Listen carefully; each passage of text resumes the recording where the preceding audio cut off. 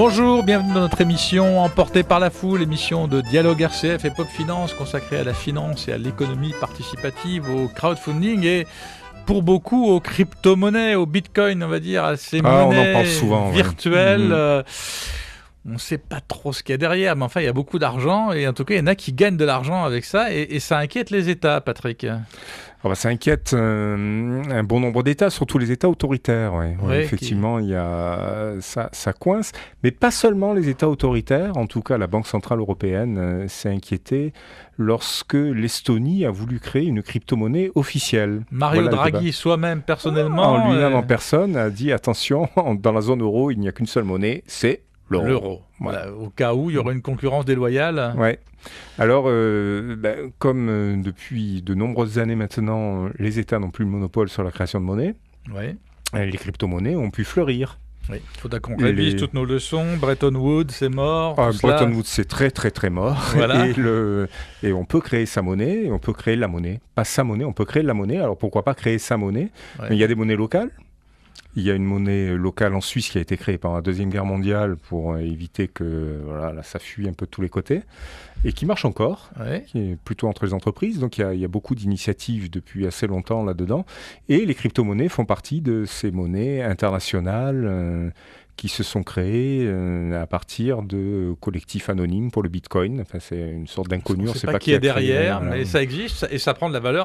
Tous les mois, quasiment. Ça a été conçu comme l'idée, il y a un stock fini d'or sur la planète, on va faire la même chose, on va faire un stock fini de Bitcoin. Donc il n'y a pas de création de nouveaux Bitcoin, mais on va les miner. Voilà, on va miner les Bitcoins pour les mettre en circulation au fur et à mesure. Il y a tout un mécanisme d'autorisation de miner qui est de plus en plus rare au fur et à mesure qu'on avance dans le temps. Et de plus en plus cher. Et de plus en plus cher. Ça, c'est pas à cause de la rareté, c'est à cause de la spéculation sur la monnaie. Voilà, il y a une belle image qui est en croissance là-dessus. Et donc, la Chine et la Russie s'inquiètent. Alors, on a vu l'Europe déjà s'inquiète, normal.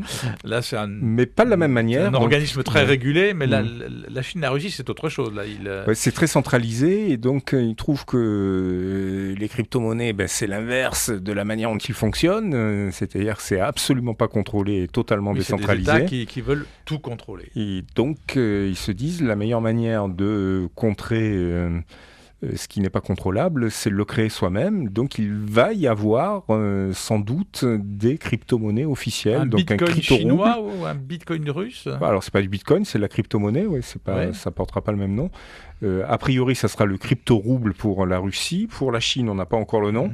Mais c'est cette idée de se lancer là-dedans. En même temps, on y voit aussi un intérêt, c'est l'économie dans les transactions. Ça coûte moins cher. Voilà. Et c'est plus facile que... En tout cas, c'est plus facile que moins cher que de faire du papier et des billets non falsifiables. Et là, on sent des États qui veulent revenir sur le contrôle des capitaux, qui est le propre de leur économie, puisque la Chine, comme la Russie, contrôle tous les flux de capitaux. Si on investit en Russie, qu'on a des bénéfices, on ne les rapatrie pas comme ça. Et là, ils veulent reprendre la main. Étonnamment, à la fuite de capitaux, alors qu'on pensait que c'était plutôt eux qui achetaient les dettes des autres, des États-unis par exemple.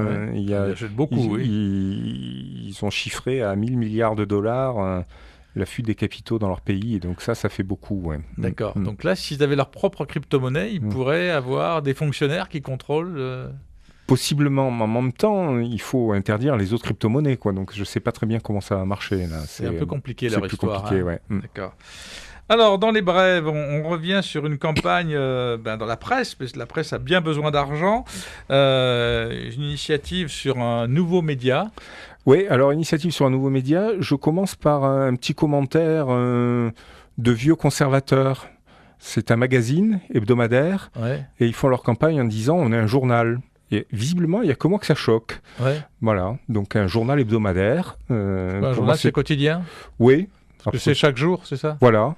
Même à la télévision, un journal, c'est quotidien, et quand c'est hebdomadaire, c'est un magazine.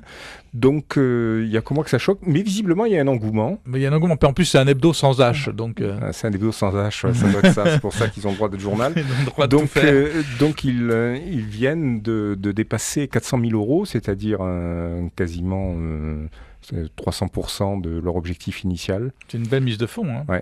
Pour créer un journal sans publicité, enfin un magazine, sans publicité. d'informations papier. Pas Internet. Ça, pas Internet. C'est assez étonnant comme concept de dire on va être que papier et en même temps on va chercher de l'argent sur le web. Absolument. Et donc, l'idée fondamentale, c'est de rechercher des abonnés. On l'avait déjà vu dans Rendez-vous Photo, leur campagne crowdfunding, c'était de faire du préabonnement et donc d'avoir comme ça une garantie d'une audience payante. Et là, c'est la même chose. Donc, les 400 000 €, c'est du préabonnement et c'est un gage de succès. Une belle campagne réussie sur KissKissBankBank. Nous recevons 2 invités. Lucie Thierry, qui est réalisatrice et monteuse, et Élise Méauchy, qui est responsable de l'association Artup 13 et productrice. Élise Méauchy, c'est quoi Artup 13 ? Artup 13, c'est une association qui a 10 ans. Et avec laquelle on organise des ateliers à destination des jeunes, des personnes handicapées, enfin de tout public. L'idée d'Artup 13, c'est que le film est un outil de langage et de lien entre tous et toutes.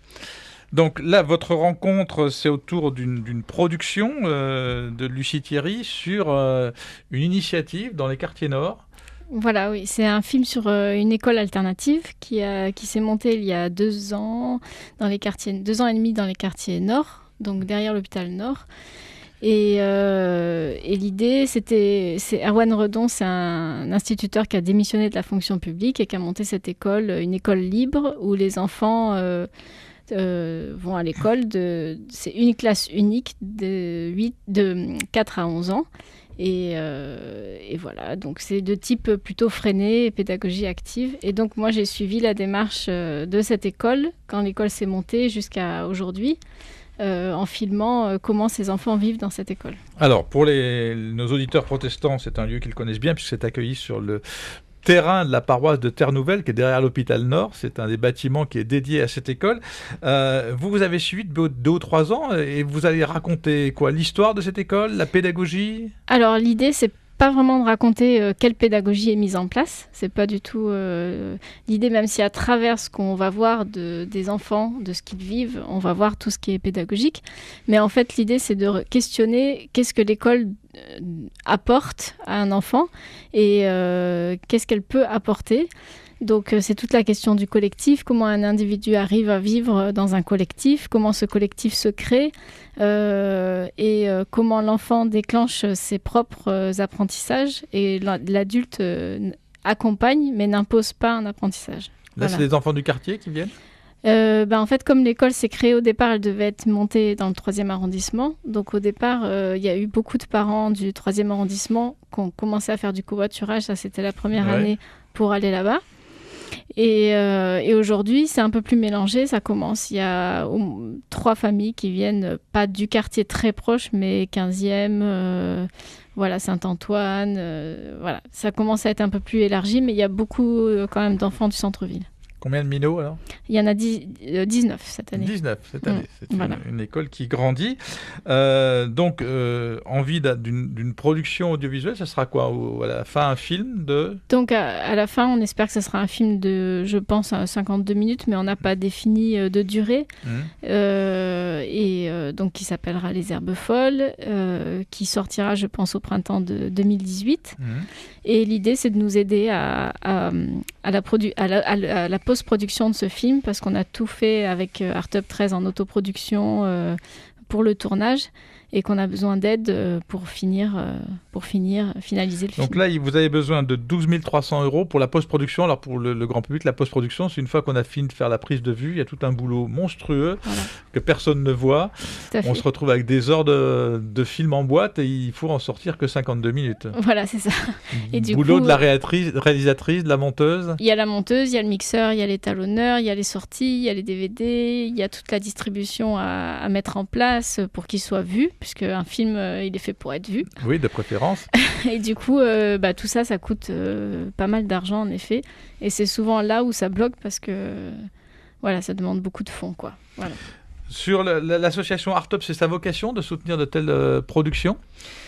La vocation, comme je le disais, c'était de s'intéresser à des projets audiovisuels qui permettent de tisser des liens entre tous. Donc, du coup, ça s'exprime à travers des ateliers, des films et pourquoi pas un accompagnement d'une production différente, surtout ce qui est aussi alternative. C'est-à-dire que le film de Lucie, moi j'ai été convaincue de la soutenir après avoir vu son premier film qui s'appelait Poussière de femme. Et on sent qu'il y a un regard assez fin. Et là, en plus, qui parle de... Nous, dans Art Up 13, on a souvent bossé sur la lutte contre les discriminations. On est un petit peu sur cette thématique-là, quelque part, pour essayer d'ouvrir un petit peu et d'élargir les champs de pensée. Là, en l'occurrence, dans le domaine de l'éducation, mais ça pourrait être dans d'autres domaines. Ça fait partie de nos valeurs et de nos centres d'intérêt, ouais. Alors, vous êtes à la recherche de 12 300 €. Vous avez déjà franchi un premier palier. De 7 100 € qui va permettre de commencer à faire le montage. Donc, le montage débute en janvier. Vous avez payé le studio de post-production déjà. Voilà, la monteuse et les frais qui vont avec. Il vous manque encore grosso modo 5 000 €. Et voilà, on est à peu près à 62% du palier suivant qui est à 12 300 €. Donc là, c'est du don. Voilà, là c'est du don. On est soutenu par le Printemps de l'éducation, les Colibris Marseille. Est-ce que j'ai des contreparties si je donne pour le film ? Voilà, donc il y a le DVD à partir de 30 €. Après, on peut devenir coproducteur sans contrepartie financière par contre. Après, il y a des propositions de projection dans les espaces, si c'est une association, si c'est des espaces comme ça. Voilà, en tout cas, il y a le petit journal des enfants de bric-à-brac aussi. Voilà, parce qu'en fait, dans cette école en particulier, ce qui est intéressant, c'est qu'il y a énormément d'écrits et de photos et d'expériences. Tout est fabriqué. Et du coup, il y a un journal chaque semaine qui est fait par les enfants avec des dessins, des écrits de ce qu'ils font. Et ça, par exemple, ça fait partie des contreparties aussi qu'on peut donner. Donc, le projet, c'est Les Herbes Folles sur le site, sur la plateforme Hello Asso. Recherche encore 5 000 € qui, avant le 30 novembre 2017, on a encore quelques jours pour souscrire. On suit avec intérêt cette campagne sur notre page Facebook. Merci à Guillaume Baudouin qui assurait les images, à Corentin Aubry qui assure le son. Vous pouvez nous retrouver sur rcf.fr, nous suivre sur la chaîne YouTube pour retrouver cette émission et les précédentes. Nous vous donnons rendez-vous la semaine prochaine.